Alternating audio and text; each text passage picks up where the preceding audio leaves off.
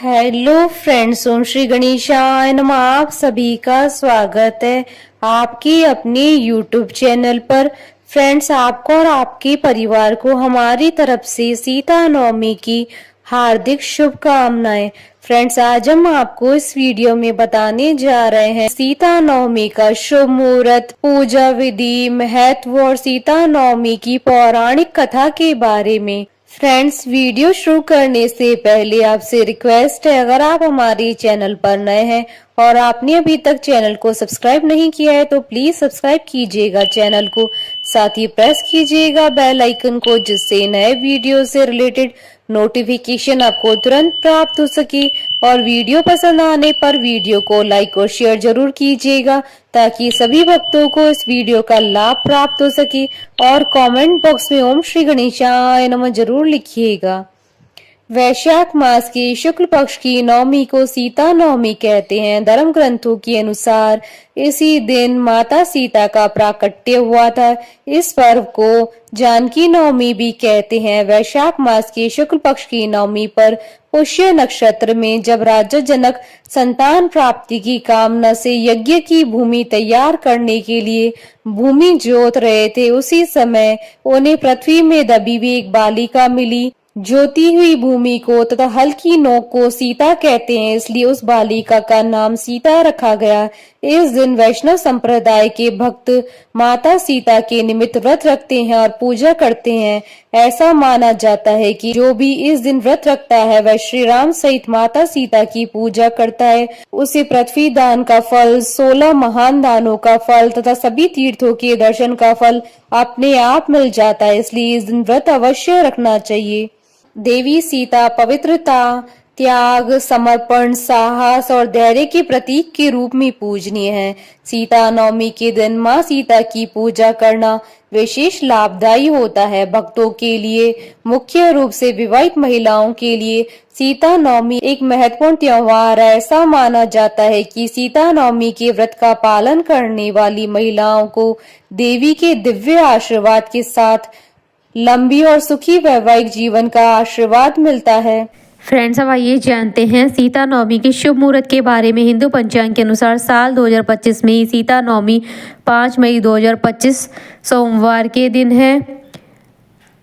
नवमी तिथि प्रारंभ होगी 5 मई 2025 को सुबह 7:35 पर और नवमी तिथि का समापन होगा 6 मई 2025 को सुबह 8:38 पर। सीता नवमी मध्याह्न पूजा का शुभ मुहूर्त रहेगा 5 मई 2025 को सुबह 10:58 से दोपहर 1:38 तक। कुल अवधि 2 घंटे 40 मिनट है।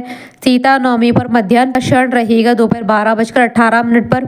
और इस दिन रवियों का शुभ संयोग भी बन रहा है। रवियों का प्रारंभ होगा दोपहर 2:01 से अगले दिन सुबह 5:36 तक। और ब्रह्म मुहूर्त रहेगा सुबह 4:12 से सुबह 4:55 तक। और अभिजीत मुहूर्त रहेगा सुबह 11:51 से दोपहर 12:45 तक। और गोधूली मुहूर्त रहेगा शाम 6:58 से शाम 7:19 तक। और अमृतकाल मुहूर्त रहेगा दोपहर 12:20 से दोपहर 2:01 तक। फ्रेंड्स, आप हमारे चैनल पर ज्वाइन बटन को दबाकर हमारे चैनल के मेंबर भी बन सकते हैं। हम हमारे चैनल के मेंबर्स के कमेंट्स को टॉप प्रायोरिटी पर रखकर उनका रिप्लाई करते हैं। फ्रेंड्स, अब आइए जानते हैं सीता नवमी की पूजन विधि के बारे में। सीता नवमी के दिन उपवास रखकर भगवान श्री राम और माता सीता जी का विशेष पूजन किया जाता है। ऐसी मान्यता है कि इस दिन व्रत रखने से व्रती को पृथ्वी दान करने के बराबर पुण्य फल मिलता है। सीता नवमी को महिलाएं अपनी पति की लंबी आयु और अपने अखंड सौभाग्य की कामना और कुंवारी कन्या योग्य जीवन साथी की कामना से व्रत रखकर माता सीता व राम जी का विधिवत 16 प्रकार की सामग्रियों से पूजन करें। सीता नवमी की पूजा करने हेतु अष्टमी के दिन ही तैयारियां शुरू कर दें। अष्टमी के दिन घर में साफ सफाई कर ले। घर में पवित्रता के साथ एक स्थल पर मंडप बनावे। उस मंडप में श्री राम और जानकी को स्थापित करें। विविध प्रकार के फल और प्रसाद से भोग लगाएं। इसके बाद नवमी को विधिवत पूजन कर दशमी को मंडप विसर्जित करें। इस प्रकार राम जानकी जी की पूजा और उपासना करने से भक्तों पर सिया राम की कृपा हमेशा बनी रहती है। फ्रेंड्स, अब आइए आरंभ करें सीता नवमी की पौराणिक कथा। पौराणिक कथा के अनुसार मारवाड़ क्षेत्र में एक वेद पाठी श्रेष्ठ धर्मधुरीण ब्राह्मण निवास करते थे। उनका नाम देवदत्त था। उस ब्राह्मण की बड़ी सुंदर रूप गर्विता पत्नी थी, उसका नाम शोभना था। ब्राह्मण देवता जीविका के लिए अपने ग्राम से अन्य किसी ग्राम में भिक्षाटन के लिए गए हुए थे। इधर ब्राह्मणी कुसंगत में फंसकर व्यभिचार में प्रवृत्त हो गई। अब तो पूरे गांव में उसकी इस निंदित कर्म की चर्चाएं होने लगी, परंतु उस दुष्टा ने गांव ही जलवा दिया। दुष्कर्मों में रत रहने वाली वह दुर्बुद्धि मरी तो उसका अगला जन्म चांडाल के घर में हुआ। पति का त्याग करने से वह चांडालनी बनी, ग्राम जलाने से उसे भीषण कुष्ठ हो गया तथा व्यभिचार कर्म के कारण वह अंधी भी हो गई। अपने कर्म का फल उसे भोगना ही था। इस प्रकार वह अपने कर्म की योग से दिनों दिन दारुण दुख प्राप्त करती हुई देश देशांतर में भटकने लगी। एक बार देव योग से वह भटकती हुई कौशलपुरी पहुंच गई। संयोगवश उस दिन वैशाख मास शुक्ल पक्ष की नवमी तिथि थी, जो समस्त पापों का नाश करने में समर्थ है।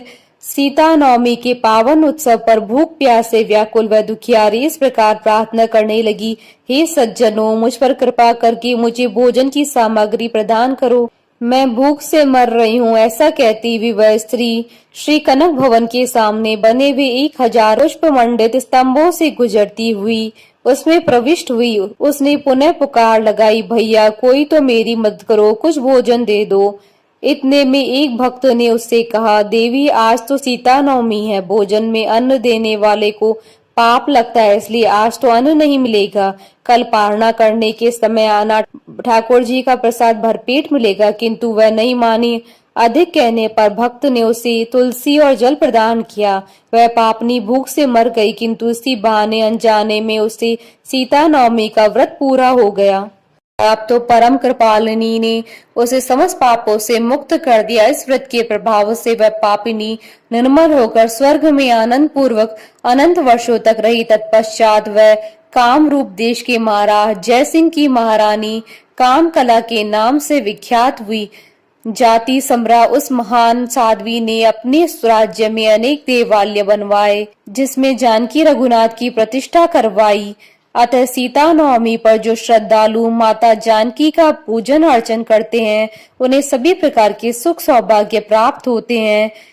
इस दिन जानकी स्तोत्र, रामचरितमानस आदि का पाठ करने से मनुष्य के सभी कष्ट दूर हो जाते हैं। बोलिए माता सीता की जय, बोलिए सिया रामचंद्र जी की जय। हमारे साथ इस वीडियो में अंत तक बने रहने के लिए आपका धन्यवाद। ओम श्री गणेशाय नमः।